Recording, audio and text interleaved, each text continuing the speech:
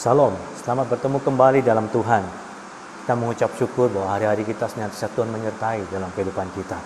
Kita bila mengingat kasih setia Tuhan dalam kehidupan kita, tentu kita mengerti bahwa Tuhanlah sumber dari segala sesuatu dan Tuhan telah berbuat banyak dalam kehidupan kita.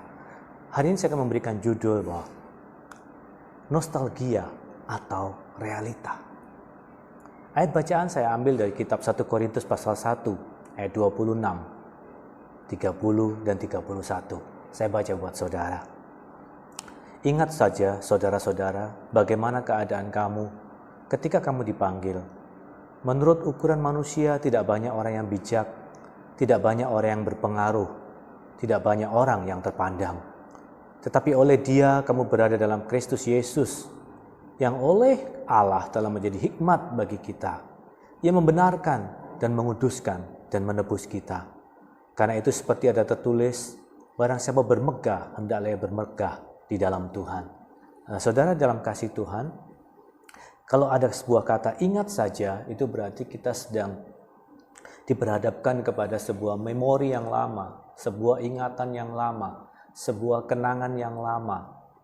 Nah, kenangan ini kalau kita bisa sebut, mungkin saudara menginginkan sebuah kenangan yang baik, dan itu merupakan sebuah nostalgia di mana keberadaan saudara yang dulu. Ada orang yang mengingat, oh nostalgia saya dulu seperti ini yang baik-baik. Tapi dikatakan diingat ini, ingatlah keadaan kamu yang dahulu. Mungkin dulu kamu tidak sebaik yang kamu ada sekarang ini, tetapi kamu harus mengingat bagaimana keadaan kamu yang dulu. Kita seringkali diperhadapkan pada sebuah pilihan, seringkali kita ingin kembali kepada masa lalu atau istilahnya nostalgia. Kita ingat di mana masa SD, masa SMP, atau masa SMA, atau masa di kampung, masa di kota, masa di kota yang satu, di kota yang B, semuanya. Tapi kali ini saya ingin mengingatkan kepada saudara, ingatlah keadaan saudara, ingatlah di mana kehidupan saudara pertama kali berjumpa dengan Tuhan. Ketika pertama kali saudara bertemu dengan Tuhan, itu bagaimana perasaannya, bagaimana rasanya. Masing-masing orang punya pengalaman pribadi dengan Tuhan. Saya yakin ketika mereka berjumpa dengan Tuhan pertama kali, mereka pasti begitu tertariknya, mereka begitu antusias, mereka begitu terpesona. Kalau Paulus mengatakan dalam sebuah kata, terpesona. Banyak orang-orang melihat Yesus itu pertama kali dalam kitab Injil, mereka begitu terpesona karena karismanya. Dikatakan dia disukai oleh manusia dan juga di hadapan Allah. Hikmatnya itu luar biasa, melebihi daripada segala sesuatu. Nah saudara, ketika saudara pertama kali berjumpa dengan Tuhan, apa yang saudara rasakan? Saya masih merasakan pertama kali, walaupun dari lahir dari keluarga Kristen, tetapi belum merasa bertemu atau belum bisa merasakan arti kehadiran Tuhan dalam kehidupan kami. Akhirnya ketika kami merasakan betapa Tuhan itu hidup, bertemu dengan pengertian tentang Tuhan, tiba-tiba firman Tuhan disingkapkan, hati kami bergelora dengan cinta, hati kami bergelora dengan kasih, hati kami bergelora dengan kerinduan untuk mengenal Tuhan lebih lagi. Sampai kadang-kadang berdoa, Tuhan aku ingin mengenalmu lebih lagi, aku ingin mengenalmu lebih lagi. Aku ingin tahu tentang dirimu lebih lagi Tuhan. Kalau boleh aku ingin bertemu denganmu Tuhan. Bertemu muka dengan muka. Kita rindu. Hari-hari kami dipenuhi dengan sebuah kerinduan kepada Tuhan. Apakah itu masih ada dalam kehidupan kita? Koreksi dalam kehidupan kita. Saya pribadi harus mengoreksi setiap saat. Ingatlah keadaan kamu dahulu. Kita mengingat. Ketika kita mengingat keadaan kita yang lama. Kita ini berarti sedang diposisikan bahwa kamu tuh sepertinya sudah melupakan hal-hal yang tentang diri kamu dahulu. Kamu sudah melupakan hal-hal yang indah di mana saat pertama kali momen bahwa keberadaan kamu dan jati dirimu yang sekarang itu adalah diperoleh karena perjumpaan kamu dengan Kristus. Mungkin ada orang tidak mengakui, enggak kok aku biasa-biasa dari dulu biasa-biasa saja. Tapi ini Alkitab berbicara untuk kita, anak-anak Tuhan, orang-orang yang mau mengenal Tuhan lebih lagi. Paulus mengatakan, ingatlah keadaan kamu, hei orang-orang yang dulu begitu mencintai Tuhan, begitu bertemu dan terpesona dengan Tuhan, begitu bergaul dengan Tuhan, begitu berjumpa dengan Tuhan, kehidupan kamu diubahkan, karena kamu ditarik sedemikian rupa, kamu mendekat kepada Tuhan, kau bergaul dengan Tuhan, jadi seolah impartasi daripada Tuhan, impartasi kuasa Tuhan, hikmat Tuhan mengalir dalam diri kamu. Dalam Matius pasal 13 ayat 44 dikatakan, hal kerajaan surga itu seumpama harta yang terpendam di ladang yang ditemukan orang, lalu dipendamkannya lagi. Oleh sebab sukacitanya, pergilah ia menjual seluruh miliknya, lalu membeli ladang itu. Saudara perhatikan, Kristus itu seperti harta terpendam. Banyak orang mencari dan ingin berjumpa dengan Tuhan, dan mereka tidak menemukannya. Tapi ketika saudara menemukannya, saudara merasakan bahwa segala sesuatu yang lain tidak begitu berarti. Saudara telah menemukan tujuan yang utama. Saudara menemukan pribadi yang memang saudara rindukan selama ini. Orang-orang perjanjian lama begitu merindukan berjumpa dengan saat di mana Kristus muncul di dunia ini. Dan mereka merindukannya. Kita mungkin tidak bertemu dengan dia secara langsung, secara fisik. Tapi dia telah pernah hadir dan orang yang telah memberikan kesaksian kepada kita menunjukkan pribadi itu. Dan kita sendiri mengalami kuasanya, mengalami kehadiran, kita bisa merasakan hadirnya. Dan kita enak, kita telah menemukan, orang lain telah disingkapkan, Petrus disingkapkan, Paulus disingkapkan, sehingga kita tinggal mengerti, kita tinggal memahami. Dan kita tinggal mempercayai, menerimanya, dan kita merasakan kasih itu. Dan kita betul-betul ketika bertemu dengan Tuhan, rasanya itu beda. Rasanya enak banget. Saya masih ingat kita melihat hari-hari kami dahulu, rasanya hidup itu seperti putus asa. Hidup rasanya kayak tidak ada harapan. Tetapi ketika bertemu dengan Tuhan, segala sesuatu yang sepertinya tidak ada harapan, segala sesuatu yang tampaknya tidak mungkin untuk bisa dicapai, segala sesuatu yang tidak mungkin untuk bisa menikmati hidup yang baik, tiba-tiba berubah karena kami mengenal sosok pribadi yang luar biasa itu. Kristus, Engkau adalah harta yang terpendam. Engkau lebih utama, sehingga kami bergaul, kami bersekutu dengan Tuhan, kami mencari Tuhan, kami menyukai Tuhan, kami mendekat kepada Tuhan. Akhirnya sampai saat ini kami mengucap syukur bahwa Tuhan memberikan pengertian demi pengertian, Tuhan memberikan sukacita. Kami mengalami sukacita yang berbeda dengan sukacita yang diberikan oleh dunia. Kami mengalami damai yang berbeda dengan damai yang diberikan oleh dunia. Kami bisa merasakan aliran air hidup, di mana kesegaran ketika kami bersama dengan Tuhan itu berbeda dengan kesegaran ketika bersama yang lainnya. Walaupun segala fasilitas itu mungkin ada, tapi hadirat kuasa dan keberadaan Tuhan itu berbeda rasanya. Kristus adalah harta terpendam. Coba ingatlah saudara, betapa saudara mencintai Tuhan di masa yang lalu. Apakah saat ini masih sama? Ataukah kita merasakan kekeringan? Ataukah kita merasakan sebuah kebekuan? Apakah kita sudah merasakan suasana yang hambar dalam kehidupan kita? Dikatakan, ingatlah kembali tentang semuanya itu. Ingatlah bagaimana keadaan kamu dahulu. Masihkah Kristus itu menjadi sesuatu yang luar biasa dalam hidup kamu? Masihkah Kristus menjadi harta yang tak ternilai harganya? Atau sesuatu yang lain telah memikat kamu, sehingga itu menjauhkan kamu daripada Kristus, sehingga engkau tidak tertarik kepada Kristus, sehingga engkau menjadi kering, karena itu menjauhkanmu daripada sumber, menjauhkanmu dari harta yang terpendam. Dikatakan dalam ayat selanjutnya, dikatakan bahwa Kristus adalah mutiara yang berharga. Apakah ada sesuatu yang lain lebih tinggi daripada Kristus, sehingga itu menjauhkanmu daripada Kristus? Saudara yang dikasihi Tuhan, dalam Galatia pasal yang ketiga ayat 1, 3 dan 4. Paulus mengatakan begini, hai orang-orang Galatia yang bodoh, siapakah yang telah mempesona kamu? Bukankah Yesus Kristus? Perhatikan, yang disalibkan itu telah dilukiskan dengan terang di depanmu. Seseorang yang begitu mempesona telah dilukiskan dengan terang di depan kita. Apakah kita masih terpesona kepada pribadi itu? Atau kita sudah meremehkan pribadi itu dan tidak ingat lagi bahwa karena karya dia di kayu salib, kita ada sampai saat ini. Karena karya dia di kayu salib, kita bisa menikmati segala yang baik, segala yang manis, segala yang mulia, segala sesuatu yang disebut kebaikan. Itu kita rasakan. Dia mempesona kita pada saat itu. Apakah itu masih mempesona dalam kehidupan kita? Apakah Kristus masih begitu mempesona bagi kita? Atau hal itu sudah tidak menarik lagi bagi kita? Ketika kita terpesona kepada yang lain, Paulus mengatakan, kamu bodoh. Adakah kamu sebodoh itu? Kamu telah mulai dengan roh. Maukah kamu sekarang mengakhirinya di dalam daging? Sia-siakah semua yang telah kamu alami sebanyak itu? Masakan sia-sia?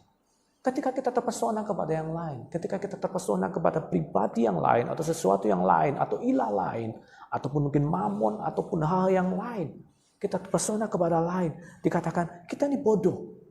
Menurut tanggapan Paulus, dan juga secara Alkitab, Kita merasa diri kita bijak. Aku sudah memperoleh segala sesuatu. Aku tidak perlu lagi bergaul dengan Tuhan dan aku tidak bisa merasakan Tuhan seperti dulu lagi, yang nggak ada masalah. Yang penting keadaanku baik-baik secara ekonomi dan lain-lain. Tapi Alkitab mengatakan kita ini bodoh. Dan dikatakan kamu sia-sia. Segala sesuatu yang kita peroleh, segala sesuatu yang lain yang membuat kita teralih daripada Kristus, dikatakan membuat kehidupan kita masuk ke dalam kesia-siaan. Dan kita bodoh. Karena kita memulai dengan roh, berjumpa dengan Tuhan dan bergaul dengan Tuhan. Tapi kita mengakhirinya dengan daging. Mari kita kembali kepada Tuhan. Mari kita ingat nostalgia kita dengan Tuhan. Dan nostalgia itu jangan semua menjadi sebuah nostalgia. Kita bertobat. Kita kembali kepada Tuhan. Kita jadikan itu menjadi realita kita setiap saat. Bahwa kita terpesona kepada Tuhan. Kita cinta kepada Tuhan. Kita menikmati hubungan yang manis dengan Tuhan. Kita bisa merasakan Tuhan. Kita bisa merasakan greget bersama dengan Tuhan. Kita bisa merasakan gairah yang berbeda. Passion yang berbeda. Sebuah cinta, sebuah hubungan yang manis kembali dengan Tuhan. Ada orang yang berhubungan hanya karena kewajiban. Itu tidak enak tanpa sebuah cinta dan keterpesonaan satu dengan yang lain. Sudah bisa merasakan hubungan ketaatan tanpa keterpesonaan. Sebuah hal yang tidak enak. Dan sebuah kewajiban yang tidak ada hubungan yang sedap di dalamnya. Saudara, dalam kitab Wahyu pasal yang kedua ayat 3 dan 5. Saya bacakan buat saudara. Dan engkau tetap sabar dan menderita oleh karena namaku. Dan engkau tidak mengenal lelah. Namun demikian aku mencela engkau karena engkau telah meninggalkan kasihmu yang semula. Kita bisa sabar dan menderita karena nama Tuhan. Dan mungkin kita tidak lelah bekerja untuk Tuhan. Tetapi demikian dikatakan, Tuhan mencela kita jikalau di dalam pekerjaan kita, di dalam kesabaran kita, di dalam jerih lelah kita, tidak ada kasih seperti yang semula.